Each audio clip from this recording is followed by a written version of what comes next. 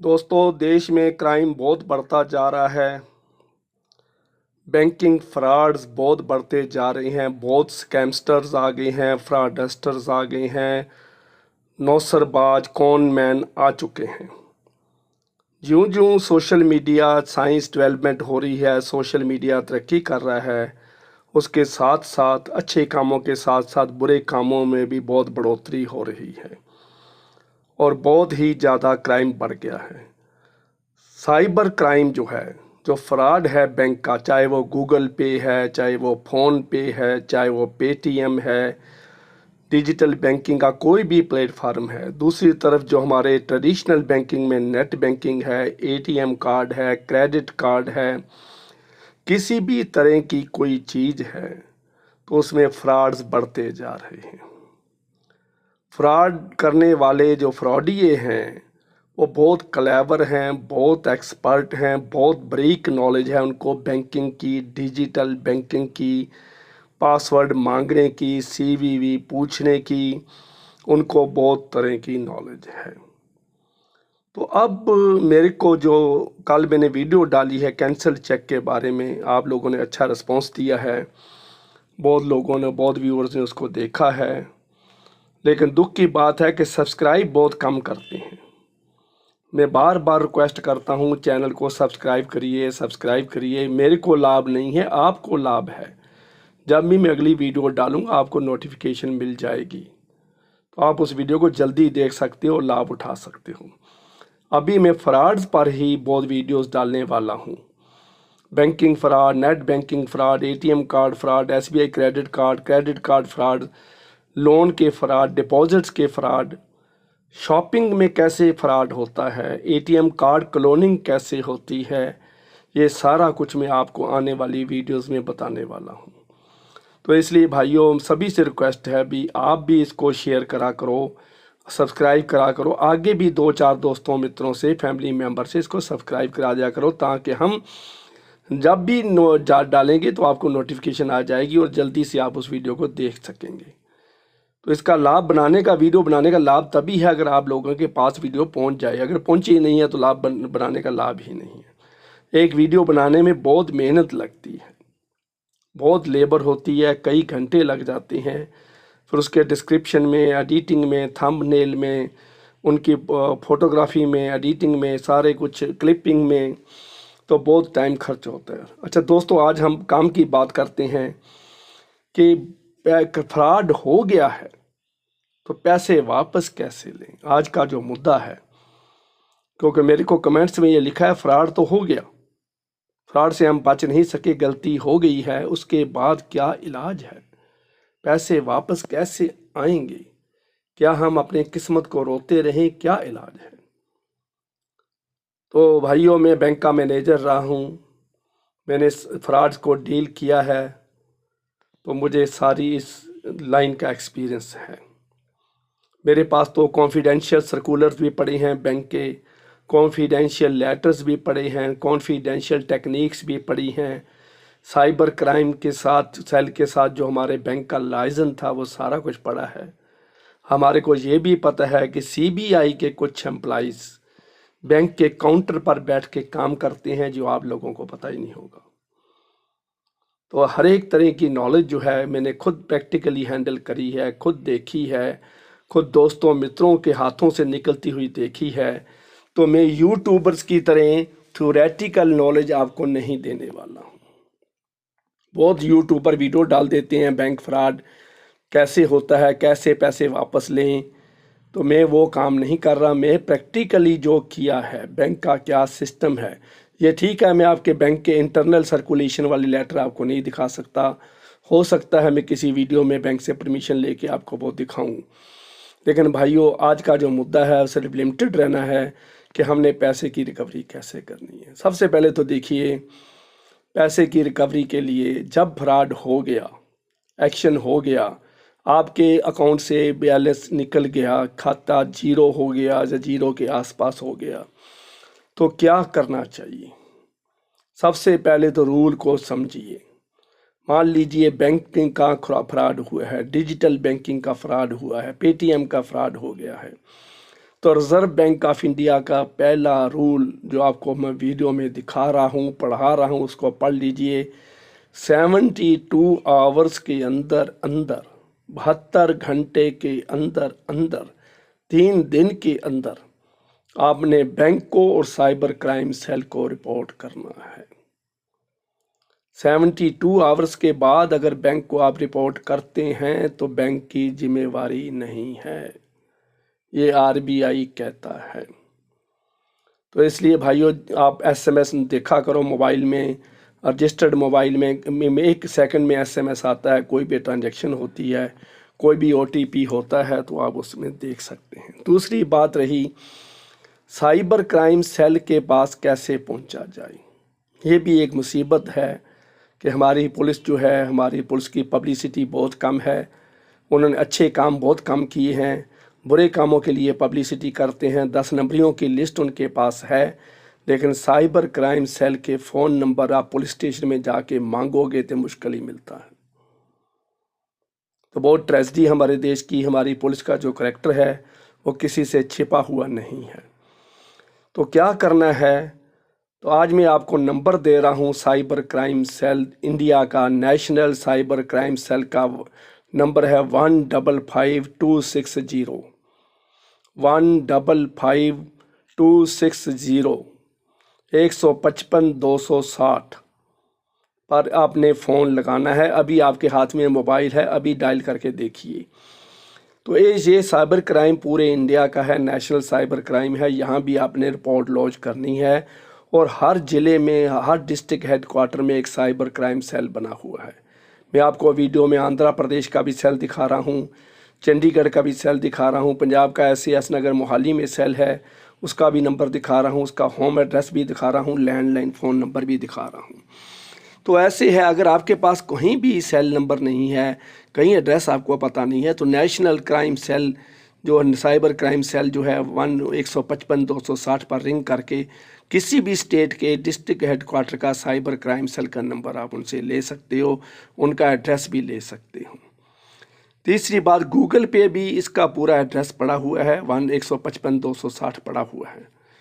लेकिन एक बात मैं और वार्निंग दे दूँ आपको कि गूगल पे जो क्राइम सेल हेल्पर बैठे हैं वो फ्रॉडस्टर हैं, ये भी ध्यान रखना है। गूगल पे सर्च करोगे, टॉर ब्राउज़र पे सर्च करोगे, डक डक गो पे सर्च करोगे तो वहाँ पर क्राइम ही क्राइम है। डक डक गो, टॉर ब्राउज़र में तो क्रिमिनल बैठे हैं। डार्क वेब है, डीप वेब है, तो डार्क वेब पे सारा क्राइम ही क्राइम हो रहा है। स्मगलर बैठे हैं, फ्रॉडस्टर बैठे हैं, स्कैमस्टर बैठे हैं। तो वहाँ पर आप जाते हो तो सर्च करने के लिए वहाँ पर जो नंबर मिलता है वो सीधा आपको फ्रॉडस्टर के पास ले जाता है। आप उसको कहेंगे आप क्राइम सेल से बोल रहे हैं, हाँ जी मैं साइबर क्राइम सेल से बोल रहा हूँ, बोलिए क्या तकलीफ़ है। तो आप अपनी तकलीफ़ बताएंगे, सारा कुछ बताएंगे, तो वो आपसे पैसे मांगेगा कि मैं 1500 रुपये मुझे दे दीजिए, मैं आपकी कार्रवाई शुरू करता हूँ। आपके पैसे 72 घंटे के अंदर अंदर, 3 दिन के अंदर अंदर, 1 हफ्ते के अंदर अंदर कवर हो जाएंगे। तो आप सीधा उनको पैसे भेज देते हैं थ्रू पेटीएम, गूगल पे, जैसे मर्जी। तो वो पैसे लेके हड़प कर जाते हैं, खा पी जाते हैं। ऐसे ही 100-200 लोगों को रोज़ पागल बना के लाखों रुपया वो कमा रहे हैं। तो देखना है, गूगल पे भी सर्च करने से 155-260 जो नंबर है ये ऑथेंटिकेटेड नंबर है, ये नेशनल साइबर क्राइम सेल का नंबर है, इसी को आपने रिंग करना है, पहली बात। दूसरी बात ये है, जब डिस्ट्रिक्ट साइबर क्राइम सेल में जाएंगे तो आपने सबसे पहले ये नोट कर उनको बताना है कि कौन सा बैंक, कौन सा खाता नंबर, किस डेट को, किस टाइम पर ये पैसा निकला है, कैसे निकला, क्या क्या बात हुई। अगर आपके पास वो रिकॉर्डिंग है फ्रॉडस्टर की तो वो भी उसकी मेमोरी कार्ड, पेन ड्राइव में डाल के उनको दे दीजिए, ताकि सारा डाटा। वहाँ पर एक फार्म भरना होता है जिसमें सारी डिटेल होती है कि कौन से बैंक में कितना पुराना खाता है, कितने पैसे आपके निकले हैं। तो इमीडिएटली क्या करती है साइबर क्राइम टीम, क्या करती है कि उनके जो नोडल ऑफिसर हैं, चाहे वो पेटीएम का है, चाहे गूगल पे है, चाहे वो बैंक का नोडल ऑफिसर है, तो इमीडिएटली कस्टमर कंप्लेंट सेंटर को वो कांटेक्ट करते हैं और आपके उस अकाउंट के ऊपर जिसमें फ्रॉडस्टर ने पैसा ट्रांसफ़र किया है, आपके खाते से पैसा निकाल कर और दूसरे खाते में डाल लेते हैं।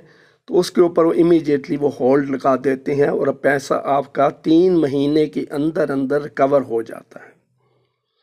लेकिन आजकल फ्रॉडी ये बहुत चालाकियां कर रहे हैं, वो आपके अकाउंट से निकाल के एक अकाउंट में उस अकाउंट को निकाल के दूसरे बैंक के खाते में ले जाते हैं और दूसरे बैंक से निकाल के तीसरे बैंक के खाते में ले जाते हैं। क्रेडिट कार्ड में तो इमीडिएटली वो शॉपिंग कर लेते हैं, फ्लिपकार्ट से, अमेज़ोन से वो शॉपिंग कर लेते हैं। एटीएम कार्ड के केस में वो एटीएम से पैसे निकलवा लेते हैं। तो इसलिए 90% केसेस में अब रिकवरी का चांस पुअर है। सिर्फ 10% केसेस में अगर इमीडिएट एक्शन लिया जाए तो पैसे की रिकवरी हो जाती है। दूसरा है, आपने बैंक के पास जाना है, बैंक को सारी बात बतानी है। बैंक का स्टाफ बहुत कोऑपरेटिव होता है, बहुत हार्ड वर्किंग है, बहुत पोलाइट होता है। वो आपकी सारी बात सुन के आपसे लिख ले लेंगे। अगर कोई आपको प्रॉब्लम आती है तो रिज़र्व बैंक ऑफ इंडिया का कंप्लेंट सेंटर है। अगर बैंक आपकी सुनाई नहीं करता है तो आप आरबीआई को बोल सकते हैं कि ऐसे मेरे साथ हुआ है, तो बैंक उसके साथ बात करेगा। तो सारी रिपोर्टिंग देने के बाद बैंक भी आपकी बहुत हेल्प कर सकता है। कब हुआ, कैसे हुआ, कितने पैसे निकले, क्या क्या बात हुई, तो हो सकता है किसी और कस्टमर के साथ भी ऐसा ही हुआ हो और वो बात बैंक के नोटिस में हो। तीसरी बात है, हर जगह पर आजकल पुलिस ने पैरेलल एक्सचेंज बना ली है। ये दिल्ली में भी है, चंडीगढ़ में भी है, हैदराबाद में भी है, पटियाला में भी है। तो हर एक सिटी में, बड़े बड़े सिटी में पैरेलल टेलीफोन एक्सचेंज है। तो जब फ्रॉडस्टर का नंबर आता है तो उस नंबर को आप नोट करके क्राइम जो पैरेलल एक्सचेंज को फ़ोन करें कि ये नंबर का पता लगाओ, ये आदमी कहाँ से बोल रहा है।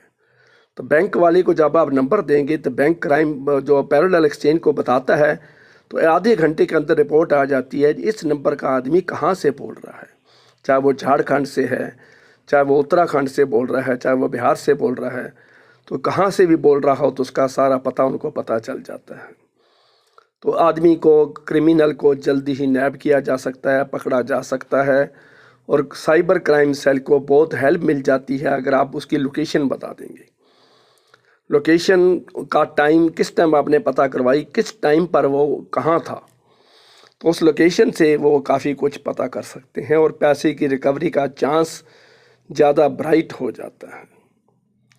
तो देखिए, हर तरह के फ्रॉड आजकल चल रहे हैं। शॉपिंग में भी फ्रॉड है, OLX पे फ्रॉड है, अमेज़ोन पे भी फ्रॉड हो रहा है। ऐसे ही जो मार्केट प्लेस है फेसबुक पे, वहाँ पर भी आप देखिए वो मोबाइल बेच देते हैं। 30,000 का मोबाइल है, 8,000 उसकी कीमत लिख देते हैं। उसके ऊपर, मोबाइल के ऊपर ही अपना मोबाइल नंबर लिख के दिखा देते हैं।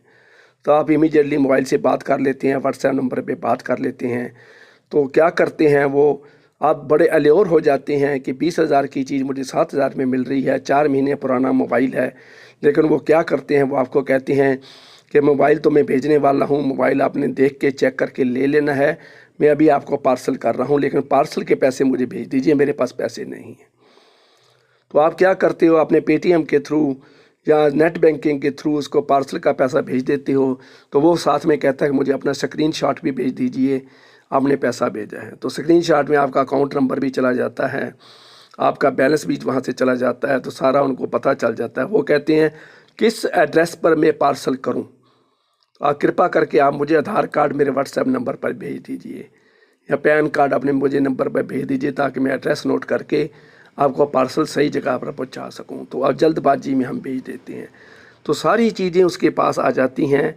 OLX की एक ट्रांजैक्शन में, फेसबुक पे मार्केट प्लेस की एक ट्रांजैक्शन में आधार कार्ड भी उसके पास पहुंच गया, पैन कार्ड भी उसके पास पहुंच गया, आपके घर का एड्रेस भी उसके पास पहुंच गया, आपका फ़ोन नंबर, पेटीएम नंबर सारा उसके पास पहुंच गया। तो उसको वो कैसे मिसयूज़ करते हैं, उनके अपने अपने तरीके हैं। उनको बहुत सहूलत मिलती है, बहुत आसानी हो जाती है फ्रॉड करने में।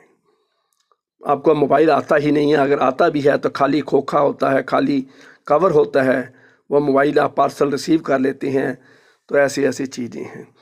आजकल लड़कियों की आवाज़ में वॉइस चेंजर है, मोबाइल के अंदर वॉइस चेंजर की हेल्प लेकर वो लड़की बन जाती है। कभी वो कहते हैं मैं राधिका बोल रही हूँ, मैं SBI के कस्टमर कॉल सेंटर से बोल रही हूँ, मैं SBI क्रेडिट कार्ड से बोल रही हूँ, मैं ICICI बैंक से बोल रही हूँ, मैं मार्केटिंग ऑपरेशन की इंचार्ज हूँ, मैं ऑपरेशन मैनेजमेंट की इंचार्ज हूँ, मैं बैंक की मैनेजर हूँ, ऐसे है वैसे है, आपका कार्ड एक्सपायर होने वाला है, आपके कार्ड का नंबर क्या है। तो ऐसे कई ढंग हैं जिनके वो सीनियर सिटीज़न को, बुज़ुर्गों को, अनपढ़ लोगों को, बीमार लोगों को धोखा देकर वो ऐसे करते हैं।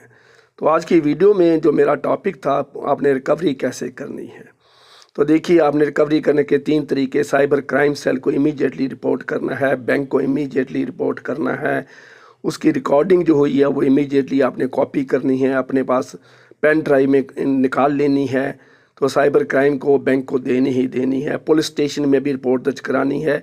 और एक काम और याद रखना है, वो है साइबर क्राइम सेल और बैंक को रजिस्टर्ड लेटर में ज़रूर पोस्ट करना है अपनी घटना लिखकर, ताकि आपका पूरा रिकॉर्ड हार्ड कॉपी में कल को कोर्ट में जाना पड़े तो आप कैसे उसको मनाएंगे। तो आपको सारा रिकॉर्ड ऑन लाइन रिकॉर्ड भी हो, तो हार्ड कॉपी भी हो, registered letter by post, by courier नहीं, इंडिया पोस्ट के थ्रू आपने भेजना है, क्योंकि कोरियर की रसीद कोर्ट में वैलिड नहीं है, इंडिया पोस्ट की रसीद कोर्ट में वैलिड है।